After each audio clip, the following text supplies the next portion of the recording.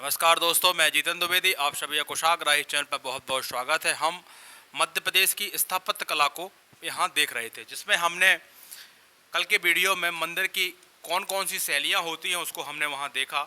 और इसके अब हम मध्य प्रदेश के कुछ स्पेशल मंदिर या कुछ प्रमुख मंदिर हैं जिनको हम यहाँ देखेंगे। तो हम सबसे पहला जो मंदिर हम पढ़ेंगे वो खजुराहो पढ़ेंगे, परंतु उसको पढ़ने के पहले हम मध्य प्रदेश की स्थापत्य कला की कुछ प्रमुख विशेषताएं हैं उनको भी यहाँ हम समझ लेते हैं। फिर हम आपका जो प्रमुख मंदिर हैं जो एग्जामों में बार बार रिपीट होते हैं उनको हम यहाँ देखेंगे। चलिए हम देखते हैं मध्य प्रदेश के मंदिर स्थापत्य कला, जिसके अंतर्गत हम देखेंगे कि मध्य प्रदेश कहाँ आता है। मध्य प्रदेश आपका विंध्याचल पर्वत की में आता है, आपका यानी इसी रेंज में आता है,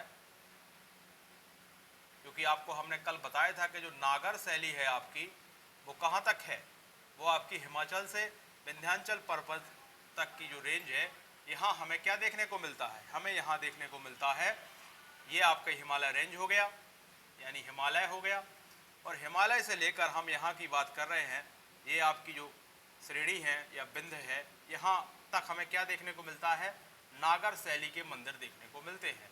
और नागर शैली को हमने कल बहुत अच्छे तरीके से समझा, इसकी विशेषताएं समझी और इससे संबंधित अन्य मंदिर को भी हमने यहाँ देखा। तो स्थापत्य कला जो हम देखने वाले हैं एमपी की, तो इसमें पहला जो फीचर्स देखने को मिलेगा वो हमें क्या मिलेगा कि यहाँ के मंदिर नागर शैली से बने होंगे। तो मध्य प्रदेश के मंदिर नागर शैली से निर्मित होंगे। वजह क्योंकि हिमालय से लेकर विंध्य पर्वत श्रेणी तक कौन से मंदिर देखे जाते हैं, आपके नागर शैली के मंदिर देखे जाते हैं। तो पहला फैक्ट देखें, मध्य प्रदेश में नागर शैली के मंदिर निर्मित होते हैं। पहला फैक्ट आपने यहां जाना। और इसी फैक्ट को आप बहुत अच्छे से जानने के लिए हमने कल का वीडियो पूरा एक पढ़ाया हुआ था कि आप जो मंदिर बनाने की 3 स्थापत्य शैलियां हैं उनको आप अच्छे से देखें। तो आप कभी नहीं भूलोगे कि मध्य प्रदेश में जो भी मंदिर आपको देखने को मिलेंगे वो आपको नागर शैली में देखने को मिलेंगे। हाँ, कुछ अपवाद हैं, उनको भी हम यहाँ देखते हुए चलेंगे। इन मंदिरों में बाहरी सौंदर्य विशेष ध्यान दिया जाता है। तो एक फैक्ट और लिखेंगे, इन मंदिरों में, क्योंकि अब हम स्पेशल मध्य प्रदेश के मंदिरों को ही यहाँ देख रहे हैं, तो इन मंदिरों में बाहरी सौंदर्य, जो बाहर मंदिर के जो बाहर डिजाइन की जाती है वो सौंदर्य कैसा होता है यहाँ, उस पर विशेष ध्यान दिया जाता है। जैसे आपने खजुराहो के मंदिर देखे हैं, तो बाहरी सौंदर्यों पर या बाहरी सौंदर्य पर विशेष ध्यान। ठीक, और क्या आपने देखा ध्यान मध्य प्रदेश के मंदिरों के बारे में, नागर शैली तो आप जान चुके, जिसमें पंचायतन शैली के मंदिर होते हैं, वो हमने कल पूरा पढ़ाया हुआ, उसको आप देखेंगे। अब इसमें आपने देखा है गर्भगृह, और जिसमें क्या होती है, मूर्ति विराजमान होती है। तो एक फैक्ट और लिख लें, गर्भगृह जहां मूर्ति विराजमान होती है, यहाँ होती है। ठीक, और क्या देखेंगे आप, यहाँ एक चीज आप देखेंगे कि मध्य प्रदेश के जो अधिकांश मंदिर हैं वो आपके चंदेल, सिंधिया, आपके होलकर, कलचुरी और आपके प्रतिहारों ने बनाए हैं। तो एक फैक्ट आप लिखेंगे। बाकी हम सब क्वालिटी ऑफ नागर शैली को हम पढ़ा चुके हैं, तो आप उसमें देख ही चुके हैं। अब हम उसको बार बार रिपीट नहीं करते हैं कि प्रदक्षिणा पथ खुला होता है ना, जगती ऊंची पीठ होती है, ये सब चीज़ें बार बार रिपीट हो जाएगी, क्योंकि कल हमने वो वीडियो इसीलिए ही बनाया था कि उन चीज़ों को यहाँ हम रिपीटेशन कम करें। तो अब लिखेंगे, मध्य प्रदेश में अधिकांश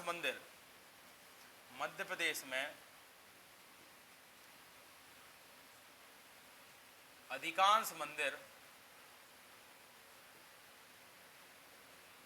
किन शासकों ने बनाए हैं। तो अधिकांश मंदिर, अब आप कुछ शासकों के नाम लिख लेंगे, जिनमें आप चंदेल, जिन्होंने खजुराहो के मंदिर बनाए हैं, चंदेल हो गया। चंदेल के बाद आपका सिंधिया हो गया, होलकर हो गए, और कौन है, होलकर के बाद आप देखेंगे कलचुरी और प्रतिहारों को भी इसमें ने बनाया। तो कलचुरी और प्रतिहारों, आदि ने बनवाया। ठीक है, ये आपने यहां ध्यान दिए। ठीक, कलचुरी।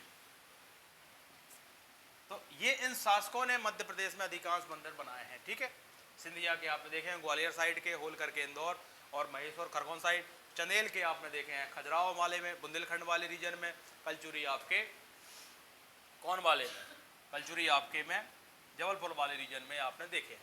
अब इसके साथ साथ एक चीज़ और देखें हम, नागर शैली के अंतर्गत ही हमने कल एक बुंदेलखंड शैली को भी खजुराहो शैली को भी देखा था। ठीक है उसी के अंतर्गत, फिर भी आप इसको लिख लें। नागर शैली का एक अन्य रूप खजुराहो शैली है, जिसे बुंदेलखंड स्थापत्य शैली भी कहते हैं। तो लिखेंगे नागर शैली के अंतर्गत, नागर शैली के अंतर्गत खजुराहो शैली है, खजुराहो शैली है, जिसे बुंदेलखंड स्थापत्य शैली भी कहते हैं। शैली है जिसे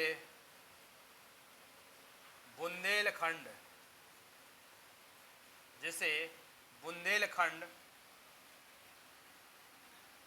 स्थापत्य शैली या कला क्या कहते हैं तो स्थापत्य शैली कहते हैं।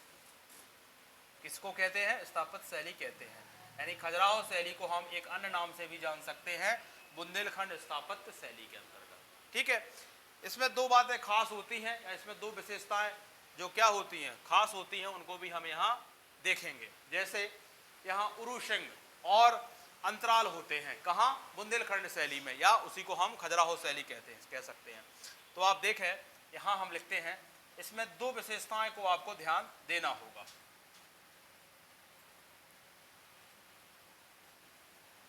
ये दो विशेषताएं हम स्पेशल बता रहे हैं, विशेषताएं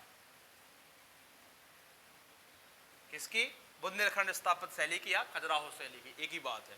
तो हमने क्या बताया, यहाँ आपको अंतराल देखने को मिलेगा और आपको उरुशिंग देखने को मिलेगा। तो पहले हम उरुशिंग को देख लेते हैं। ठीक है, और एक देख ले रहे हैं हम अंतराल। अब ये क्या होती है अंतराल? तो आप जानते हैं गर्भगृह और मंडप के बीच का जो वो जगह होती है, उसी को हम क्या बोलते हैं? अंतराल बोलते हैं। यानी गर्भगृह और बरामदे के बीच का लंबा गलियारा, चाहो तो इसको लिख लो, गर्भगृह और बरामदे के बीच का लंबा गलियारा। ठीक है, ये हो गया अंतराल। अब उरुशिंग में क्या बात बोली गई है? उरुशिंग में यह बोला गया है कि यहां शिखर के ऊपर निकली हुई मीनानुमा आकृति होती है। तो लिख लो आप, शिखर के ऊपर निकली हुई, शिखर के ऊपर निकली हुई मीनार नुमा आकृति। ठीक है, ये दो खास बातें आपको ध्यान रखना है बुंदेलखंड शैली या खजुराहो शैली के अंतर्गत। ठीक, अब हम देखेंगे, एक नोट चाहो तो आप यहाँ लिख लें या चाहो उसको आगे लिखा दें।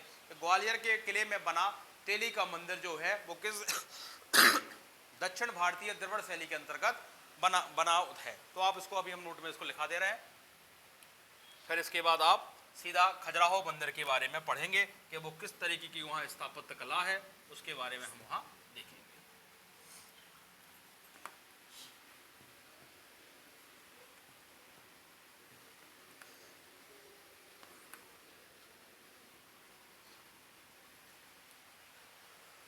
नोट लिखें आप।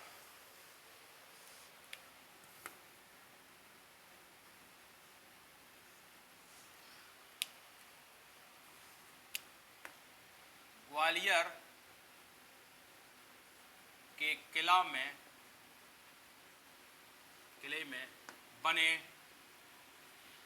तेली का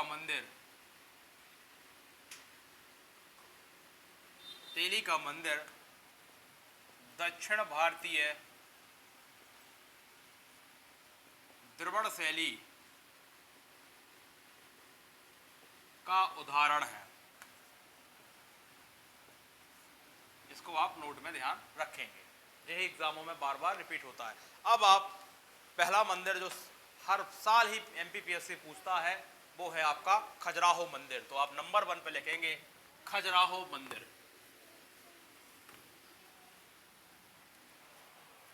क्या लिखेंगे आप? खजुराहो मंदिर।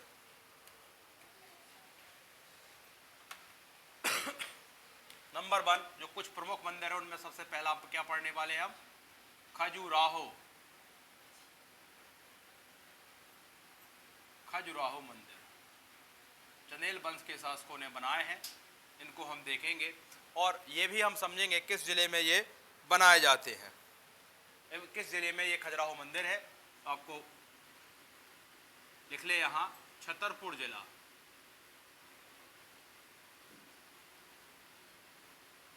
ठीक, अब इसके बारे में हम क्या लिखेंगे? कुछ तथ्य लिखेंगे जो आपको एग्जामों में बार बार पूछे जाते हैं। जैसे मध्य प्रदेश में नागर शैली से बना या नागर शैली से निर्मित सबसे बड़ा मंदिर समूह है।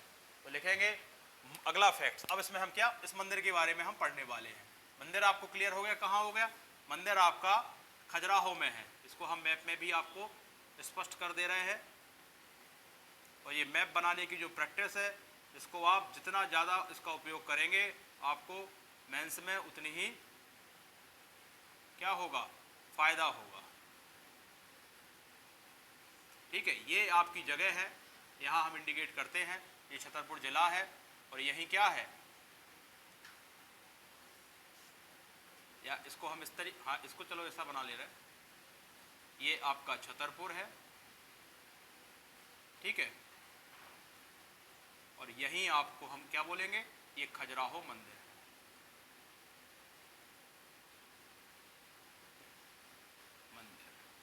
ठीक, अब हम यहाँ पहला फैक्ट लिखने वाले थे। क्या हम यहाँ बताने वाले थे? मध्य प्रदेश में नागर शैली से निर्मित सबसे बड़ा मंदिर समूह है।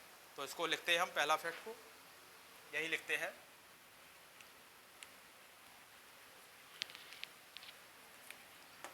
मध्य प्रदेश में नागर शैली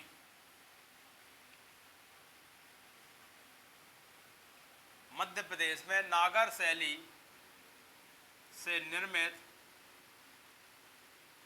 सबसे बड़ा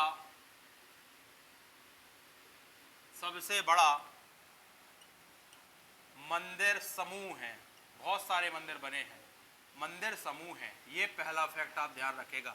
कई बार यदि प्रश्न बन जाए कि नागर शैली से निर्मित सबसे बड़ा मंदिर कहाँ है या मंदिर समूह कहाँ है, तो आपको खजुराहो में देखने को मिलेंगे। सबसे बड़ा मंदिर समूह है। अगला फैक्ट लिखें जो कि एक ही स्थान पर क्या है? विस्तृत है। तो लिखेंगे जो कि एक ही स्थान पर, जो कि एक ही स्थान पर विस्तृत है, यानी एक ही कैंपस में ये सारे मंदिर बने हुए हैं। ठीक है, 85 मंदिरों का उल्लेख है, जो कि वर्तमान में अब 25-27 मंदिर ही क्या है आपको उपलब्ध है। ठीक है, अब 10वीं और 13वीं शताब्दी के बीच चंदेल वंश के शासकों का विशेष संरक्षण दिया गया था या विशेष संरक्षण प्राप्त किया गया था। तो आप अगला फैक्ट लिखेंगे। वैसे तो 950 है, फिर भी आप लिखेंगे 10वीं शताब्दी से 13वीं शताब्दी के मध्य चंदेल वंश के शासकों का विशेष संरक्षण है या संरक्षण था। ये आपने 3 फैक्ट्स देखे। इसके बाद अगला जो फैक्ट लिखेंगे, यहाँ हिंदू और जैन धर्म से संबंधित मंदिर है और नोट में आप स्पेशल लिखेंगे यहाँ बौद्ध धर्म से संबंधित कोई भी मंदिर नहीं है। ये बहुत कई बार एग्जामों में पूछा गया। क्या लिखेंगे? यहाँ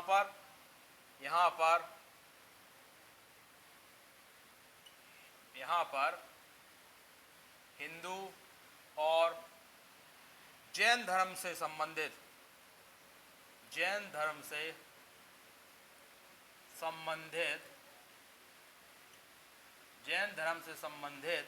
मंदिर है। और अगला जो फैक्ट लिखेंगे मंदिर है अगला जो फैक्ट लिखेंगे आप बहुत इंपॉर्टेंट है, उसको IMP डालेंगे, वैसे तो हम उसको नोट में लिखाते हैं, फिर भी आप लिखें।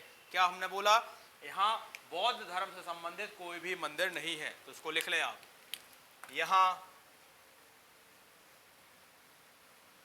बौद्ध धर्म से, यहाँ बौद्ध धर्म से संबंधित कोई भी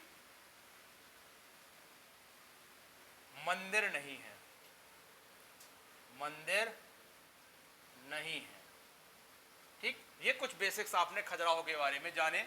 ठीक है, अब हम क्या देखेंगे, एक पॉइंट और चाहो आप लिख सकते हो। खजुराहो का जो मंदिर है वो यूनेस्को में 1986 में शामिल हुए, तो चाहो लिख लो यूनेस्को की सूची में, या यूनेस्को की सूची में। और मध्य प्रदेश का पहला था जो सबसे पहले यूनेस्को की सूची में शामिल हुआ था 1986 में। ठीक है, इसको विशेष ध्यान रखेंगे, ये भी एक आपका IMP पॉइंट है। ठीक, अब हम देखेंगे इसकी विशेषताएं, यानी खजुराहो के मंदिरों की हम विशेषताएं देखेंगे। ठीक है, तो अगली लिखेंगे आप हेडिंग स्थापत्य विशेषताएं, किसकी, खजुराहो मंदिर की। इसका स्क्रीनशॉट लें आप।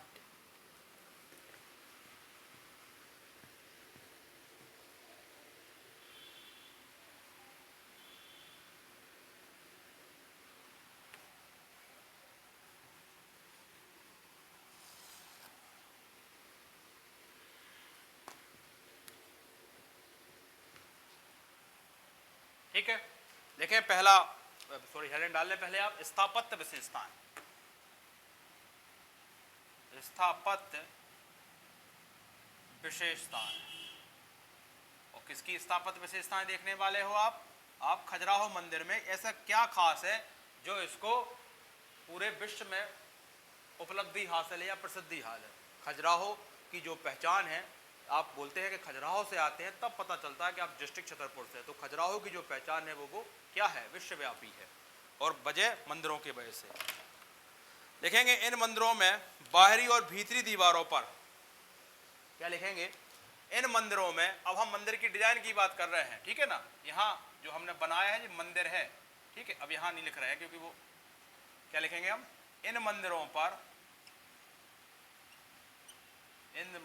पर बाहरी और भीतरी दीवारों पर क्या है, विशेष नक्काशी है। दीवारों पर बड़ी मात्रा में नक्काशी की गई है, दीवारों पर बड़ी मात्रा में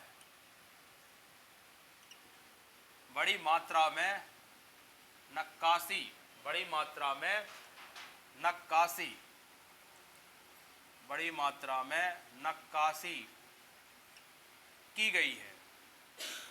एक एक फैक्ट्स को आप अच्छे से देखेंगे और समझेंगे और इसको अपने नोट्स बनाने का प्रयास करेंगे। अन्य स्रोतों की जो आपके पास है बुक्स है, उसमें भी कुछ ऐसी फैक्ट्स मिलते हैं, तो आप उसको अपना क्या करेंगे, यहाँ ऐड करेंगे। ठीक है, इन मंदिरों में 3 कक्ष होते हैं, 3 कक्ष होते हैं। पहला गर्भगृह, मंडप, और यहीं देखने को मिलेंगे हमें अर्ध मंडप। तो इन मंदिरों में, क्योंकि हम स्पेशल अब खजुराहो मंदिरों के बारे में देख रहे हैं, तो इन मंदिरों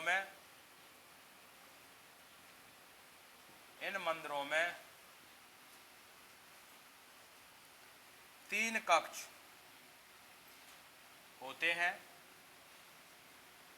पहला क्या देखने को मिलेगा, पहला हमें देखने को मिलेगा गर्भगृह, जहां भगवान बैठे होते हैं। इसके बाद हमें देखने को मिलेगा मंडप, और इसके बाद उसको अधिमंडप भी कहते हैं। ये हमें 3 कक्ष यहाँ हर एक मंदिरों में लगभग देखने को मिलेंगे। ठीक है, कुछ मंदिरों में गर्भगृह तक जाने के लिए अंतराल भी होते हैं, तो एक फैक्ट भी लिख लें, क्योंकि हम स्पेशल अब खजुराहो मंदिरों को देख रहे हैं। कुछ मंदिरों में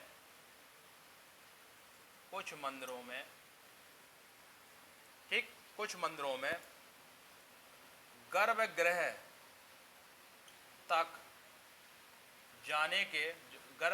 जाने में, या उसको बोल सकते हैं गर्भगृह तक जाने के अंतराल, जबकि ये दक्षिण भारत की क्वालिटी है, यानी विशेषताएं, फिर भी यहाँ देखने को मिलते हैं, अंतराल होते हैं। ठीक है, क्योंकि अब खजुराहो की स्थापत्य विशेषताएं देख रहे हैं, इसलिए आपको हर चीज देखना होगी। अच्छा, एक चीज और यहाँ देखेंगे, आमतौर पर यहाँ जो मंदिरों का मुंह खुलता है वो पूर्वामुखी है। तो लिखेंगे आमतौर पर मंदिर कैसे हैं, पूर्वामुखी है। एक फैक्ट और लिख लेंगे आप, हम ऊपर लिखा दे रहे हैं, आमतौर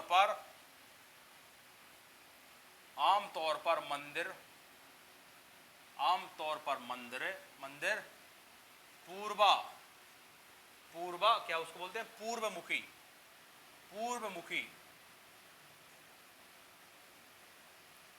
पूर्वमुखी है। यानी उन मंदिरों का जो गर्भगृह या उनका जो मुख खुलता है वो पूर्व ग्रह की तरफ होता है, पूर्वग्रही या पूर्वमुखी है। ठीक है, पूर्वमुखी। अब अगला फैक्ट लिखेंगे हम, इसको आप लिख लें, स्क्रीनशॉट लें। ये मंदिर लाल बलुआ पत्थर से बनाए हुए हैं, साथ ही पन्ना के खदान से गुलाबी व मटमैले ग्रेनाइट का भी प्रयोग हुआ है। तो अगला फैक्ट हम लिखाते हैं, स्थापत्य कला ही चल रही है, उसकी विशेषताएं ही लिख रहे हैं आप।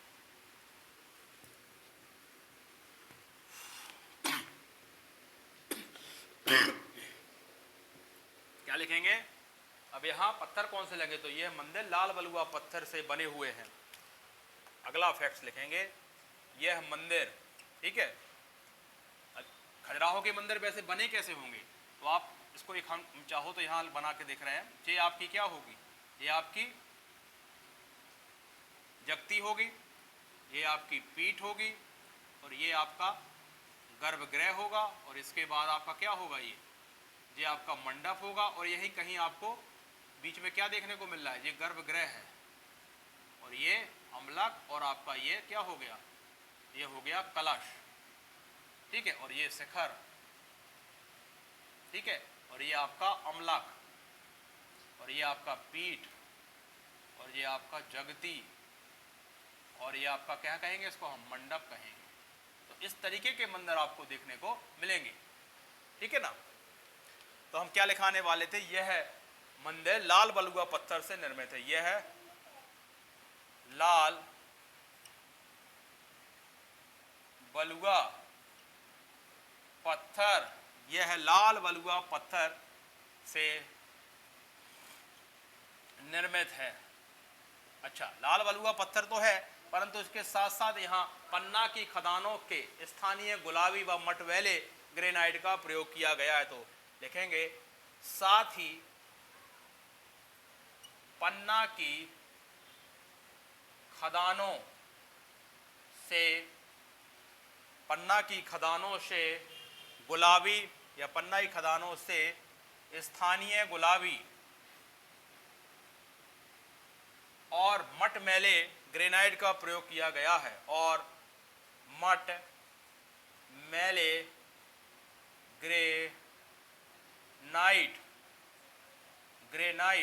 मटमैले ग्रेनाइट का उपयोग हुआ है या प्रयोग हुआ है, उपयोग हुआ है। तो ये फैक्ट भी इंपॉर्टेंट है कि इस मंदिर में, जो खजुराहो के मंदिर हैं, इसमें कौन से पत्थरों का उपयोग किया गया है। ठीक है, एक और इसमें पॉइंट लिखें, खजुराहो के मंदिर में चाहर दीवारी और परकोटे नहीं हैं। तो ये फैक्ट भी बड़ा इंपॉर्टेंट है। खजुराहो के मंदिरों में चाहर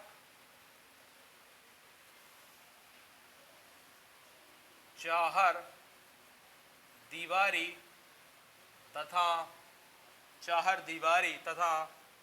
परकोटे, सुरक्षा के लिए बनते हैं, परकोटे नहीं है। ठीक है, ये फैक्ट भी आप यहां देखेंगे। आपने मंदिर देख लिया। अब इन कुछ मंदिर पंचायतन शैली के भी बने हैं। तो यहाँ एक फैक्ट है, पंचायतन शैली तो होगी ही, क्योंकि आप नागर शैली है इसके अंतर्गत। तो क्या लिखेंगे, अच्छा, ये आप देख ही रहे हो, यहाँ से आपकी क्या होती है, विंध्याचल रेंज भी चालू हो जाती है। यदि मध्य प्रदेश का मैप आप देख रहे हैं तो यहाँ क्या देखने को मिल रहा है, ये तो विंध्याचल रेंज है। ये आपकी यहाँ तो जब विंध्याचल ट्रेन के ऊपर तक क्या है, नागर शैली के ही मंदिर है। ठीक है, और ये रेंज क्या है आपकी, विंध्याचल या विंध्य श्रेणी समझ लें आप अभी फिलहाल।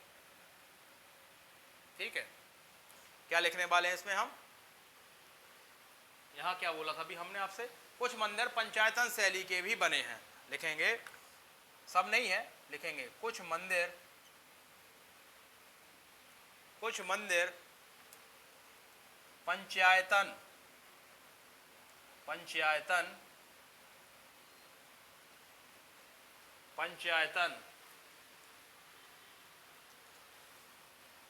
पंचायतन शैली से भी बने हैं। पंचायतन शैली क्या होता है, हम कल बहुत अच्छे तरीके से बता चुके हैं। एक मुख्य मंदिर होता है, उसके चारों तरफ छोटे छोटे मंदिर होते हैं, इसी को हम क्या बोलते हैं, पंचायतन शैली। ठीक।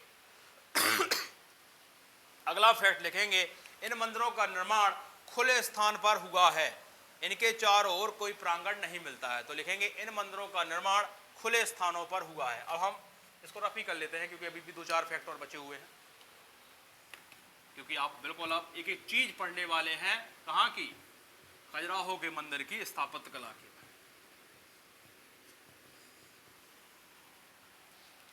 क्या लिखेंगे, इन मंदिरों का निर्माण खुले स्थान पर किया गया है। लिखें एक फैक्ट्स और, इन मंदिरों का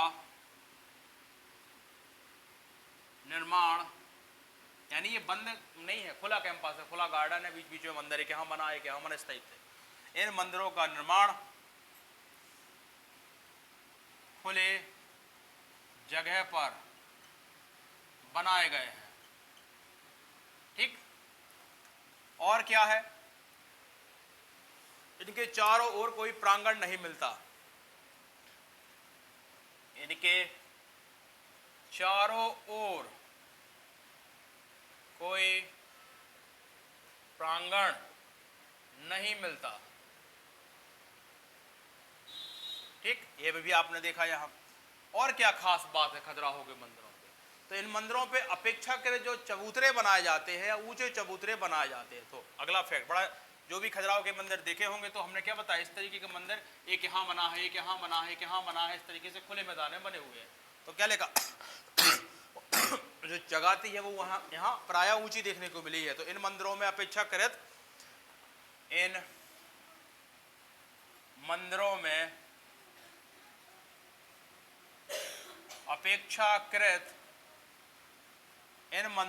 अपेक्षाकृत ऊंचे चबूतरे बनाए गए हैं, यानी जो जगह थी है वो आपको ऊंची देखने को मिल रही है यहाँ। अच्छा, इन मंदिरों में खास बात है, इन मंदिरों में जो बाहरी दीवारों पर डिजाइन बनी है वो भौतिक जीवन के बारे में प्रदर्शित करती है, और जो अंदर जो गर्भगृह में मूर्ति रखी है वो आपको आध्यात्मिक जीवन के बारे में बताती है। यानी अंदर की तरफ जब देखोगे आप भीतरी दीवारों पर, तो आध्यात्मिक जीवन की आपको वहां अनुभूति होगी। अनुभूति यानी मूर्तियां ही बनी है ईश्वर की। और बाहर देखोगे आप तो आपको कामुक शैली की मूर्तियां बनी हुई है। इससे स्पष्ट होता है कि जो बाहर है वो सब क्या है, कामुक है, यानी ऐश्वर्य है। और जो अंदरूनी सुख है वो कहाँ मिलता है, आपके अंदर, यानी मंदिर के अंदर। इस चीज को यहाँ बताया गया है दर्शन के रूप में। तो लिखेंगे आप, इन मंदिरों में बड़ा इंपॉर्टेंट है, और इसके इंपॉर्टेंस से बड़ा इंपॉर्टेंट है, इन मंदिरों में या इन मंदिर में या इन मंदिरों में, इसको रब कर ले ताकि मिक्सअप ना लगे। इन मंदिरों में भौतिक जीवन प्लस आध्यात्मिक जीवन, भौतिक जीवन प्लस आध्यात्मिक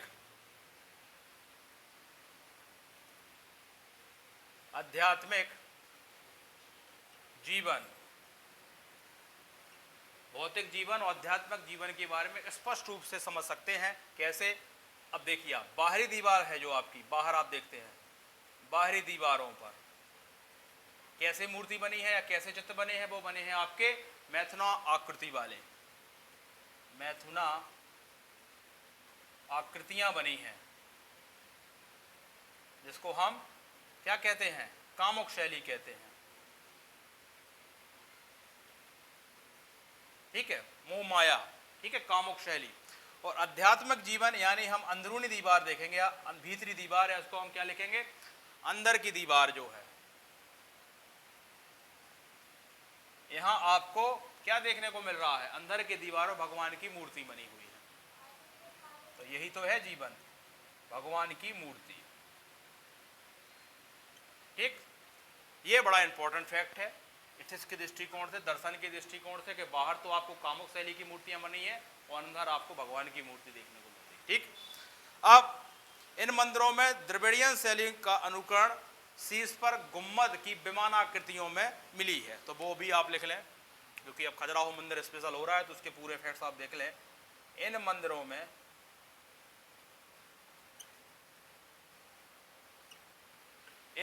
में द्रविड़ियन शैली का भी अनुकरण, इन मंदिरों में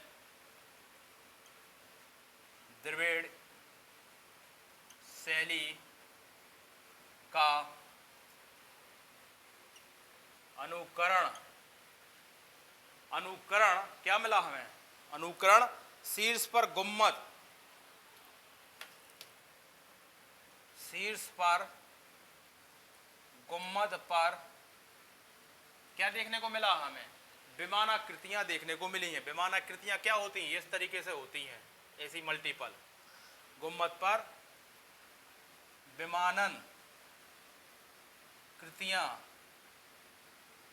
देखने को मिली हैं। ये हमने खजुराहो की स्थापत्य कला की विशेषताएं पढ़ ली हैं, और ये जितना भी फैक्ट्स लिखा है आपके लिए क्या है? इंपॉर्टेंट है। अब हम अगला मंदिर देखेंगे, चतुर्भुज मंदिर। जो भी फैक्ट्स आपको और खजुराहो के बारे में पता चले तो आप अपने नोट्स में उसको अपडेट कर सकते हो। दूसरा मंदिर हम यहां देखेंगे, चतुर्भुज मंदिर। जितना भी फैक्ट लिखा है बहुत पर्याप्त है आपके पास, कितना पढ़ोगे फिर इसके बाद? इतनी सारी चीजें मेमोराइज भी तो करना है आपको।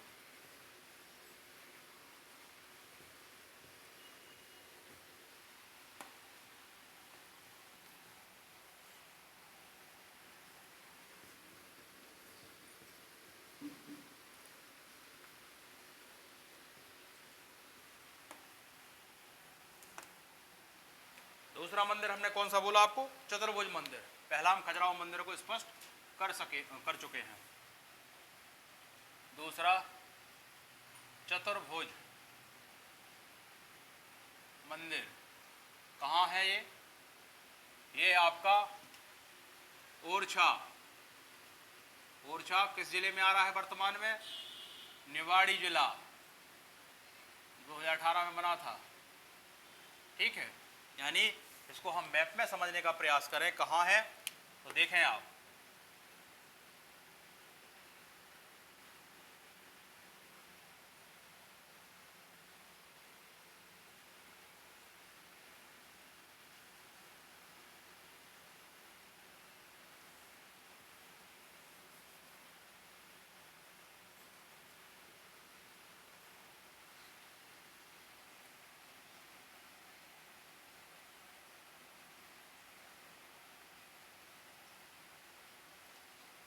आप इसको देखें तो यहाँ ये ऊपर वाला जो हिस्सा है ये है आपका, इसको हम बोलेंगे निवाड़ी जिला।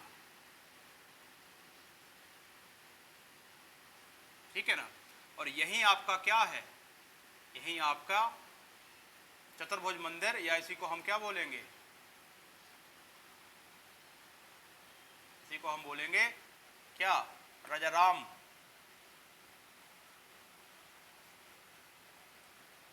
का मंदिर। ठीक है, और ये आपकी लोकेशन हो गई। अब इसके बारे में देखना है आपको कुछ बातें। इस विशाल पाषाण मंदिर में भगवान विष्णु के राम के रूप में स्थापित किया गया है। तो लिखेंगे, इस विशाल पाषाण मंदिर में भगवान विष्णु को राम के रूप में स्थापित किया गया है। ठीक, अब हम क्या पढ़ेंगे, इसके बाद इसकी विशेषताएं पढ़ेंगे, यानी स्थापत्य विशेषताओं को भी हम यहां देखेंगे। स्थापत्य विशेषताएं, स्थापत्य विशेषताएं। पहला फैक्ट देखेंगे हम यहां, विशालता वाला मंदिर है। इन मंदिरों में नागर शैली की विशेषताएं हैं। तो क्या लिखेंगे आप, बहुत बड़ा मंदिर है तो लिखेंगे विशालता वाला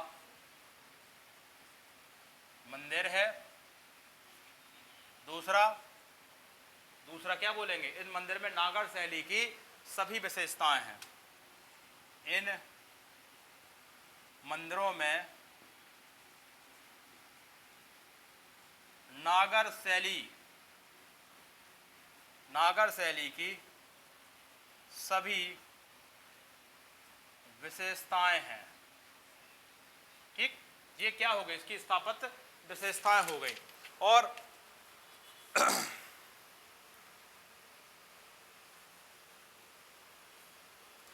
एक और इनमें खास बात इस मंदिर की आप देख सकते हैं, इन मंदिर के जो अंदरूनी भाग बड़ा सादगीपूर्ण और बाहरी जो दीवार है या गुम्बद है वो धार्मिक प्रतीक चिन्हों से सजाया गया। तो लिखेंगे इस मंदिर में अंदरूनी दीवार है, जो उसके अंदर वाली दीवार है,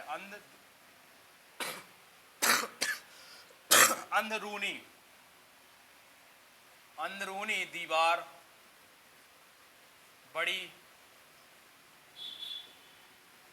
दीवार बड़ी सादगीपूर्ण है।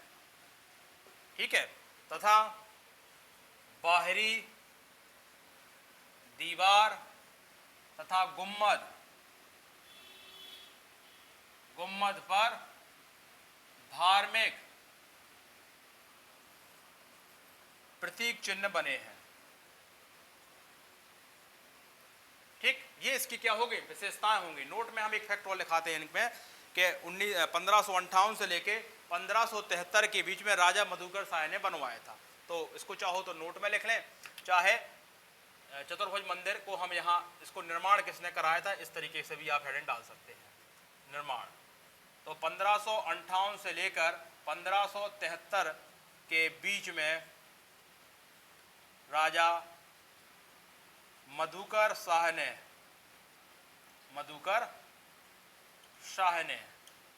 बनवाया था। ठीक है, कभी एग्जामों में पूछा जा सकता है एग्जामों में। इसकी तुलना यूरोपियन कैथेड्रल से के समान है। तो एक ये फैक्ट जरूर लिख लें आप, इसको चाहो तो हम नोट में लिखा दे रहे हैं। इसकी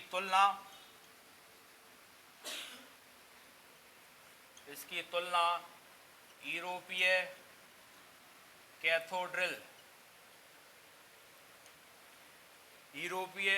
कैथेड्रल के समान है। ये जितने भी फैक्ट लिखाए हैं चतुर्भुज मंदिर या ओरछा के राम राजा सरकार मंदिर के बारे में पर्याप्त हैं। अब हम लिखेंगे अगला मंदिर पशुपतिनाथ मंदिर, जो मंदसौर में है, सिवना नदी के तट पर स्थित है और श्रीमती विजया राजे सिंधिया द्वारा इसका निर्माण कराया गया था। और यहाँ विशाल एक शिव प्रतिमा है या शिव का मंदिर है। ठीक है, तो अगला मंदिर लिखेंगे आप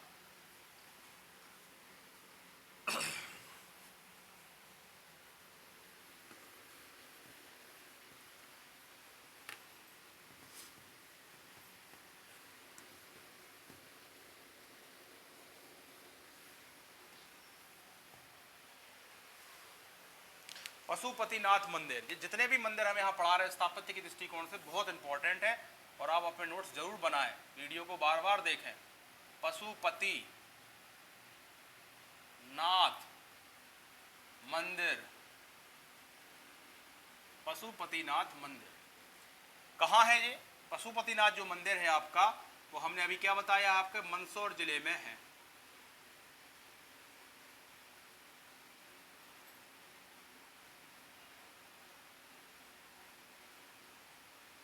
और मंदसौर जिला कहाँ है? ये आपका नीमच के नीचे हम क्या देखेंगे, हम मंदसौर जिले को देखेंगे।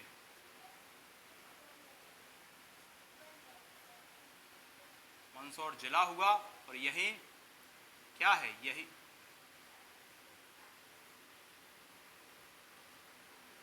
यही आपका ये मंदिर है।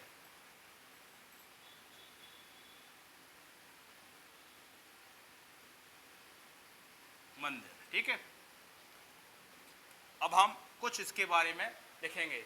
जैसे सिवना नदी के तट पर स्थित है, सिवाना नदी के तट पर स्थित है, पहला फैक्ट। और इसके बारे में देखेंगे इसका निर्माण किसने कराया है। तो चाहो तो इसको एक हेडिंग में ही लिख लें आप, यहां निर्माण। निर्माण किसने कराया? श्रीमती विजया राजे सिंधिया ने। श्रीमती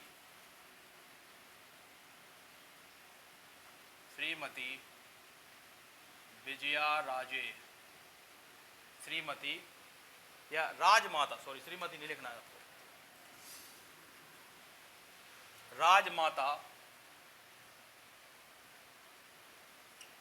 राजमाता श्री विजया राजे, राजमाता श्री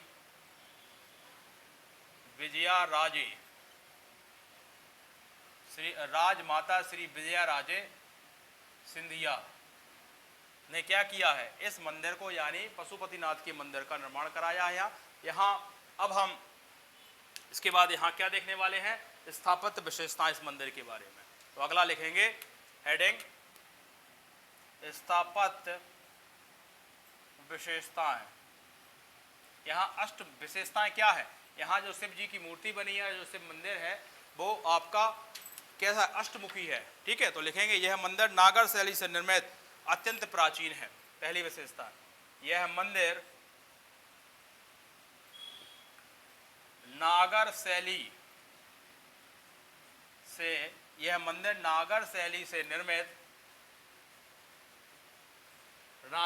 से निर्मित अत्यंत प्राचीन है। अत्यंत प्राचीन है। और एक और ब्रैकेट में बात लिख लेंगे, क्या? इसका जो कलश है, क्योंकि कलश ही होता है नागर की शैली में, तो यहाँ जो कलश है वो आपका 1 क्विंटल यानी 100 किलो का है। तो लिखेंगे कलश 100 केजी का है। ये खास बात है। अगला फैक्ट लिखेंगे मूर्ति अष्टमुखी है। यही सबसे इंपॉर्टेंट फैक्ट है। मूर्ति, जो शिव जी की मूर्ति है, मूर्ति अष्टमुखी की है, यानी उसमें उसकी मूर्ति में 8 मुख बने हुए हैं। जो पशुपतिनाथ के 8 मुख, पशुपतिनाथ के 8 मुख सभी दिशाओं को प्रदर्शित करते हैं। जो पशुपति नाथ के सभी दिशाओं को प्रदर्शित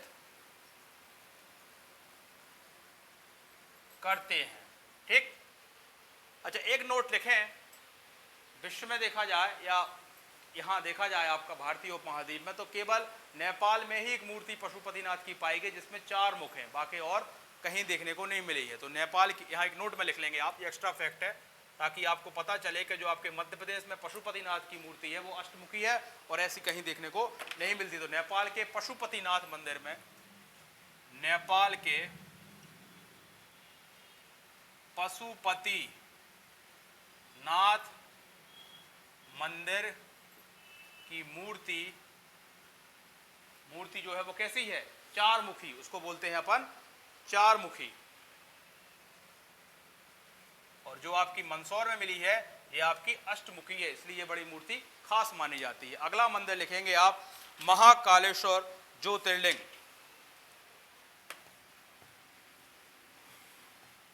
अभी हाल में ही महाकाल कॉरिडोर बना है, उस सही प्रश्न बन सकते हैं। अभी फिलहाल हम महाकाल के मंदिर के बारे में ही पढ़ेंगे।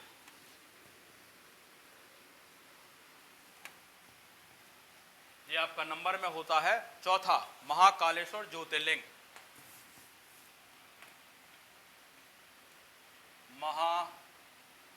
महाकालेश्वर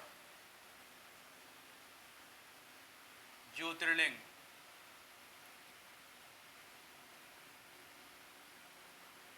कहाँ है? सबको पता है, इस उज्जैन में है। दक्षिण मुखी का एकमात्र ज्योतिर्लिंग है। तो लिखेंगे, जिला तो आपको क्लियर ही है, उज्जैन में है। और जो इंपॉर्टेंट बात है वो लिखेंगे, दक्षिण मुखी का एकमात्र ज्योतिर्लिंग। मध्य प्रदेश में 2 ज्योतिर्लिंग है, तो दक्षिण मुखी का 12 ज्योतिर्लिंग होते, दक्षिण मुखी का एकमात्र ज्योतिर्लिंग। एग्जाम पीएससी पूछ चुकी है मध्य प्रदेश में कितने ज्योतिर्लिंग है, और बहुत सारे लोगों ने गलत किया था। 2 ज्योतिर्लिंग है, ओमकारेश्वर और आपका महाकालेश्वर, दक्षिण मुखी एकमात्र ज्योतिर्लिंग।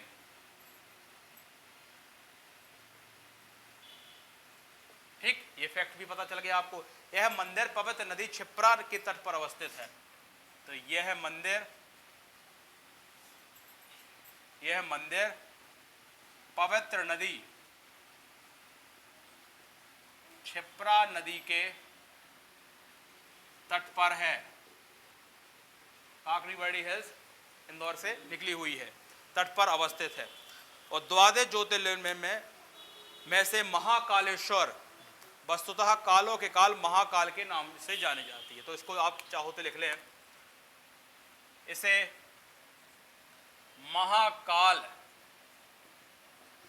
या कालों के काल महाकाल के नाम से, चाहो तो ऐसा भी लिख सकते हैं, इसे कालों के काल महाकाल के नाम से प्रसिद्ध है। ठीक है, ये फैक्ट्स भी आपने यहां देखा। अब हम इसकी कुछ विशेषताएं देखेंगे। ठीक है, यही लिख ले रहे, अलग से क्यों उसको बिठाएं। स्थापत्य विशेषताएं,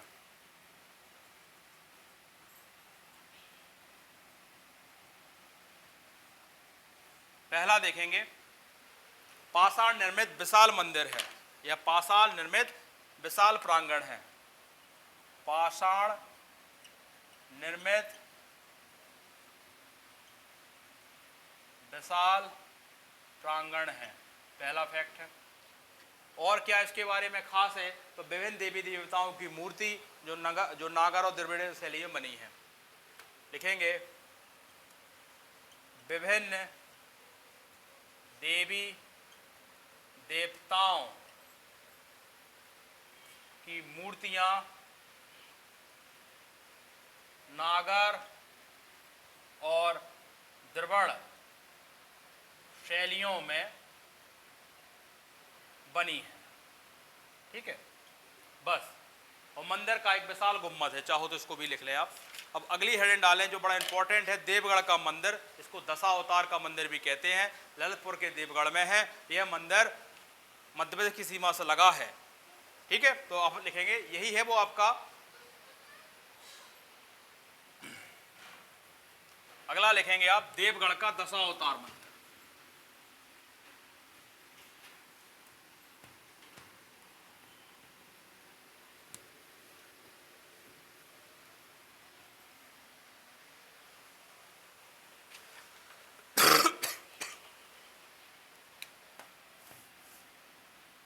नंबर 5 हो गया है, देवगढ़ का, इसको हम चाहो तो देवगढ़ मंदिर लिख लें और दशावतार ब्रैकेट में लिख लें। देवगढ़ मंदिर, इसको दशावतार का मंदिर भी कहा जाता है। ठीक है, कहाँ है ये है आपका ललितपुर के यूपी में। तो लिखेंगे देवगढ़ ललितपुर यूपी में है। ठीक है, और इसके बारे में हम कुछ अब लिखना चालू करेंगे। यह मंदिर मध्य प्रदेश की सीमा से लगता है। यह मंदिर मध्य प्रदेश की सीमा से लगता है। ठीक, अब हम इसकी विशेषताएं पढ़ेंगे। यह गुप्तकालीन नागर शैली का मंदिर है। स्थापत्य विशेषताएं,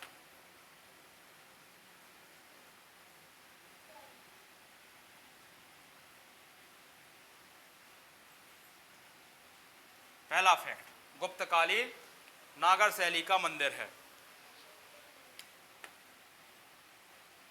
गुप्तकालीन नागर शैली गुप्तकालीन नागर शैली का मंदिर है। मतलब काफी प्राचीन मंदिर आपको पता चला देवगढ़ का, जो मध्य प्रदेश की सीमा से लगा था। एग्जामों में काफी बार रिपीट होता है। यह पंचभुजी संरचना के कारण पंचायतन शैली का भी मंदिर है। तो यह लिखेंगे, यह पंचभुजीय, यह है पंचभुजीय संरचना के कारण पंचायतन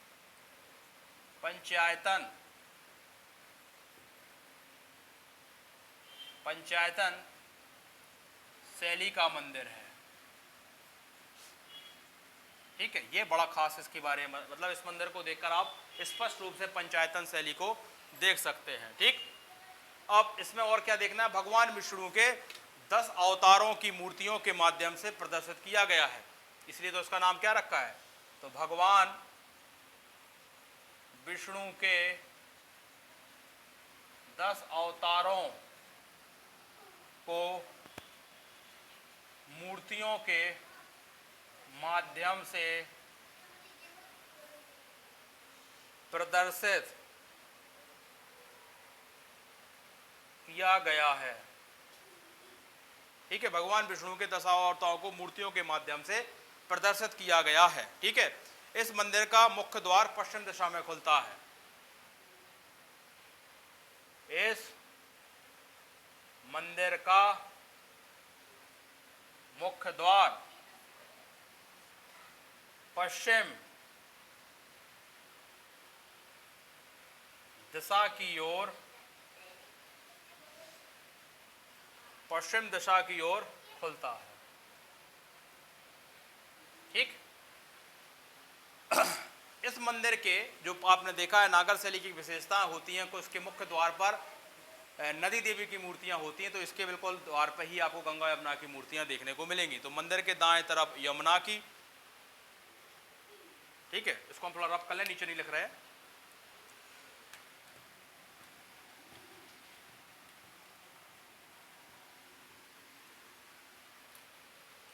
इस मंदिर के द्वार के दाएं तरफ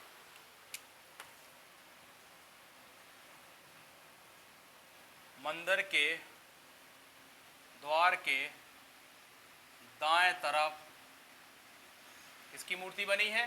दाएं तरफ यमुना और बाएं तरफ गंगा की मूर्तियां बनी है या मूर्ति बनी है। तो यही तो है, बनी है नागर शैली की विशेषता है, तो यही तो है कि उसके मुख्य द्वार पर गंगा या नदी देवी की मूर्तियां बनती है। तो आपको देवगढ़ के ललितपुर में आपको स्पष्ट रूप से देखने मिलती है। बाकी यहाँ अवतारों को आप लिखना चाहो तो लिख सकते हैं, शेषनाग अवतार, नर नारायण अवतार, गजेंद्र मोक्ष अवतार, तो वो 10 अवतार लिख सकते हैं आप यहाँ। ठीक है, अगली मूर्ति लिखेंगे आप ब्रह्मण्य मंदिर।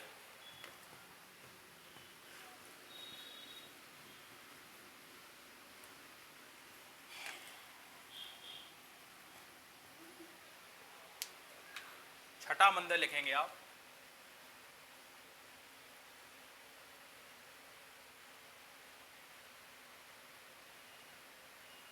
कहाँ है ये उन्नाव दतिया में स्थित है। उन्नाव दतिया में स्थित है। ठीक, और क्या देखना है, यहाँ ब्रह्मण्य मंदिर में पाषाण सूर्य देवता की मूर्ति है। यहाँ पाषाण सूर्य देवता की मूर्ति है। ठीक, बस। और विशेषताओं में चाहो तो लिखेंगे, ईंटों के चबूतरे पर स्थित मूर्ति के चारों ओर काले रंग के क्या लगे हैं, प्लेट्स लगे हैं। तो इसको आप जरूर लिखें, स्थापत्य विशेषताएं, क्योंकि मेन तो आपको स्थापत्य विशेषता ही पढ़ना है सबकी।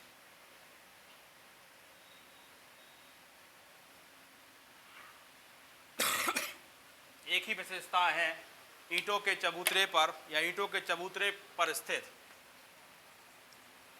ईंटों के चबूतरे पर स्थित, यानी ईंटों का चबूतरा बना है उस पर स्थित मूर्ति के चारों ओर मूर्ति के चारों ओर, मूर्ति के चारों ओर काले रंग की प्लेट्स हैं। मूर्ति के चारों ओर काले रंग की प्लेट्स हैं।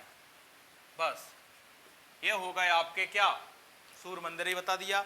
अब ग्वालियर में का मंदिर स्थापित, कुछ मंदिर ग्वालियर बने हैं जैसे तेली का मंदिर, सास बहू का मंदिर, सूर्य मंदिर, चतुर्भुज मंदिर, तो जो किले के अंदर बने हैं उन सबको देखेंगे। तो लिखेंगे ग्वालियर का मंदिर स्थापित, अलग से हेड डाल ले। मान लो कभी अलग से प्रश्न आ गया कि कौन कौन से, तो आपको पता होंगे कि सारे मंदिर कहाँ बने हुए हैं, ग्वालियर में बने हुए हैं।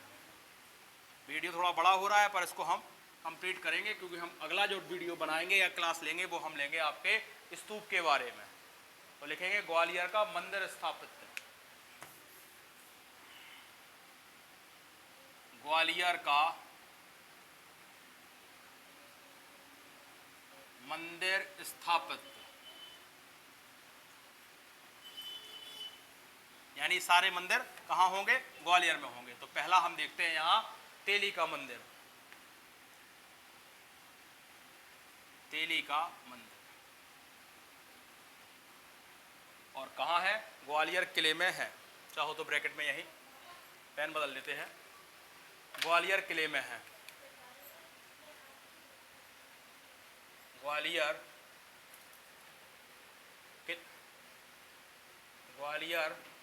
किला में है या किले में है, यानी बहुत बड़ा ग्वालियर का जो किला है उसी में ये मंदिर अवस्थित है। इसके बाद इसके कुछ क्या लिखेंगे, हम विशेषताएं लिखेंगे। यह मंदिर ग्वालियर किले में सबसे ऊंचा मंदिर है। यह मंदिर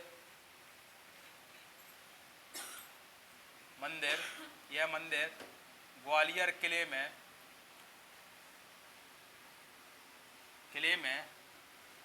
सबसे ऊंचा मंदिर है। लगभग इसकी जो ऊंचाई है वो 30 मीटर है। तो ये फैक्ट भी आपने जाना।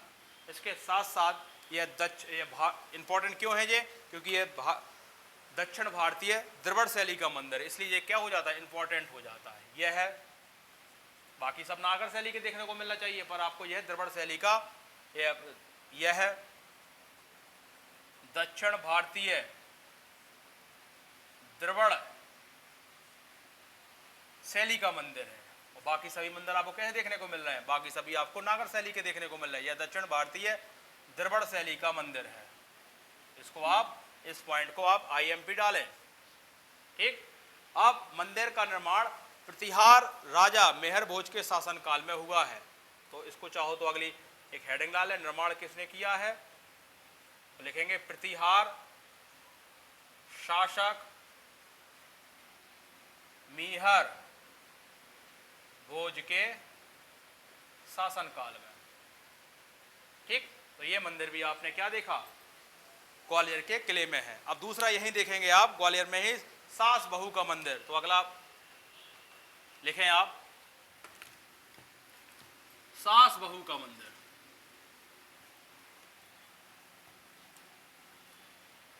लिखें दूसरा फैक्ट यहां, दूसरा मंदिर लिखें ग्वालियर में स्थापित में, सास बहू का मंदिर, ठीक।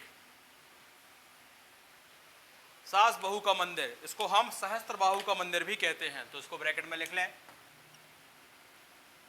सहस्त्र बाहु का मंदिर, ठीक। अब इसके बारे में कुछ वो फैक्ट्स जो आपको जानना चाहिए। यह मंदिर सहस्त्र बाहु अर्थात 1000 भुजाओं वाले विष्णु को समर्पित है। यह मंदिर सहस्त्र बाहु यानी 1000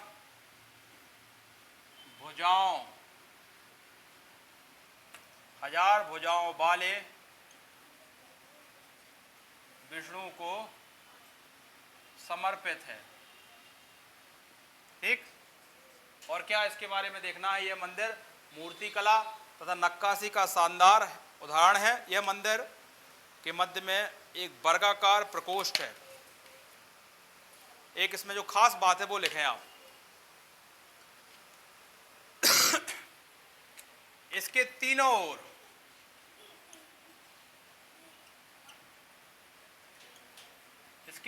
ओर मंडप है। ये खास बात है, इसके तीनों ओर मंडप है। और चौथी ओर क्या बनाया है? चौथी ओर गर्भगृह है। और चौथी ओर गर्भगृह है, ब्रैकेट लिखेंगे, जो अब खाली है, वहां कोई मूर्ति नहीं है। बस अगला हम लिखेंगे ग्वालियर के मंदिरों में सूर्य मंदिर। ये प्रसिद्ध जो आपके उद्योगपति थी जीडी बिरला द्वारा 1988 में इसको बनाया गया है। तो आप इसको रफ कर ले, लिखें तीसरा सूर्य मंदिर। बस कंप्लीट होने वाला है। आपको केवल नाम ही याद रखना है और कुछ खास चीजें याद नहीं रखने हैं। क्या लिखेंगे? सूर्य मंदिर। ये आपका तीसरा हो गया ग्वालियर में, सूर्य मंदिर। इसका निर्माण किसने कराया?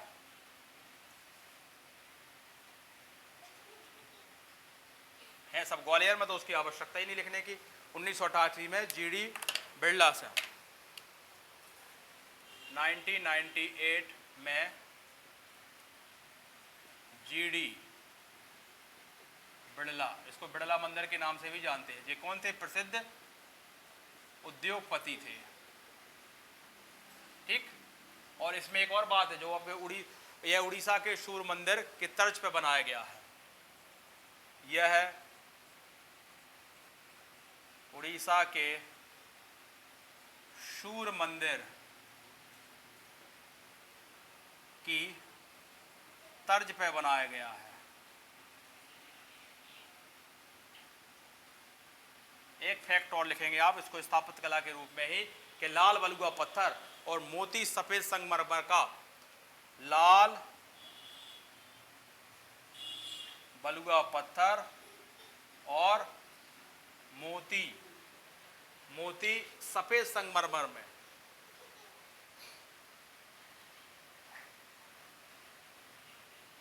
मरमर का उत्कृष्ट वास्तुकला का शानदार उदाहरण है।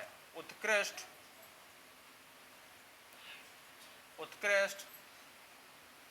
वास्तुकला का उत्कृष्ट मिश्रण है। ठीक है। बस तो ये सूर्य मंदिर के बारे में ध्यान रखना, कहाँ है, किसने बनवाया है। अब लिखेंगे चतुर्भुज मंदिर भी एक यहाँ है, इसी किले में है, तो उसको भी आप देख लें, नाम भर लिख लें आप उसका। अगला चौथे का चतुर्भुज मंदिर। एक चतुर्भुज मंदिर अभी हमने आपको ओरछा वाला बताया, और एक चतुर्भुज मंदिर हम ग्वालियर का बता रहे हैं। तो कभी आपसे ऑप्शन में आ जाए कि चतुर्भुज मंदिर है यहाँ, तो आप टिक करेंगे हाँ। पत्थरों की नक्काशी करके निर्मित किया गया है। पत्थरों की नक्काशी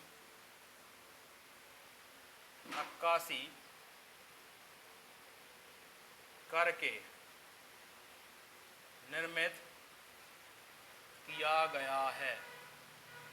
पत्थरों की नक्काशी करके निर्मित किया गया है। एक समय यह मंदिर पूरे जगत में शून्य के सबसे पहले ज्ञात शिलालेखों के लिए प्रसिद्ध था। तो इसको भी आप लिख लें। एक समय यह मंदिर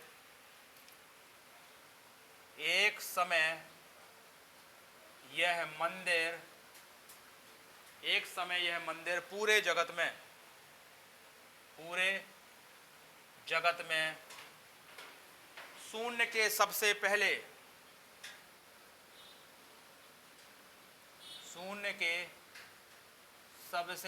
में शून्य के सबसे पहले ज्ञात शिलालेखों के लिए प्रसिद्ध था। ज्ञात शिलालेख के लिए प्रसिद्ध था। ठीक है। इतना याद ना हो तो आप इतना ध्यान जरूर रखेंगे, चतुर्भुज मंदिर है। एक और आप ध्यान रखेंगे, बंदी छोड़ गुरुद्वारा, ये 6वें गुरु हरगोबिंद साहब के स्मारक के रूप में बनाया गया है। और आपके जितने भी खास या इंपॉर्टेंट समझ लें, प्रमुख समझ लें, यही आपका सिलेबस में भी था। मध्य प्रदेश की प्रमुख स्थापत्य कलाएं, तो हमने प्रमुख देखी। ठीक है। बाकी आप मंदिरों की लिस्ट देख सकते हैं। और क्या लिखेंगे? बंदी छोड़ गुरुद्वारा 5वां।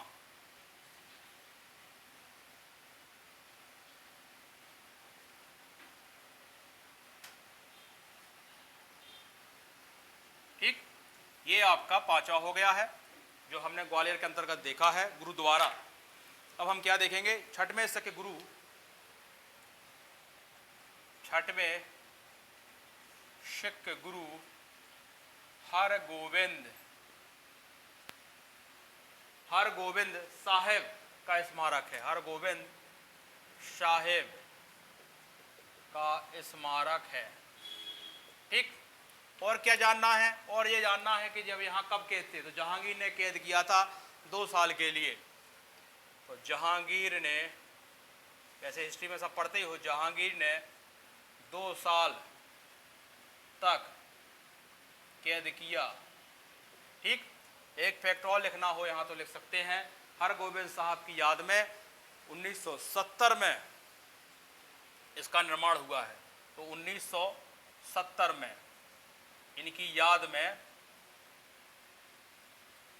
में हरगोबिंद साहब की याद में गुरुद्वारा दाताबंदी छोड़ बनाया गया। तो 1970 में इनकी याद में बनाया गया। बस ये आपके हमने जो मध्य प्रदेश से संबंधित प्रमुख स्थापत्य कला थी, खासकर मंदिर, उनको हमने कंप्लीट किया। अब कल जो है नेक्स्ट वीडियो जो हमारा आएगा वो मध्य प्रदेश के स्तूप स्थापत्य के बारे में आएगा। तो हम पहले स्तूप स्थापत्य को पढ़ेंगे, फिर मध्य प्रदेश में कौन कौन से स्तूप है उनको पढ़ेंगे, और इसके बाद जो लास्ट वीडियो होगा स्थापत्य कला में वो गुफाएं होगा। आज के लिए धन्यवाद।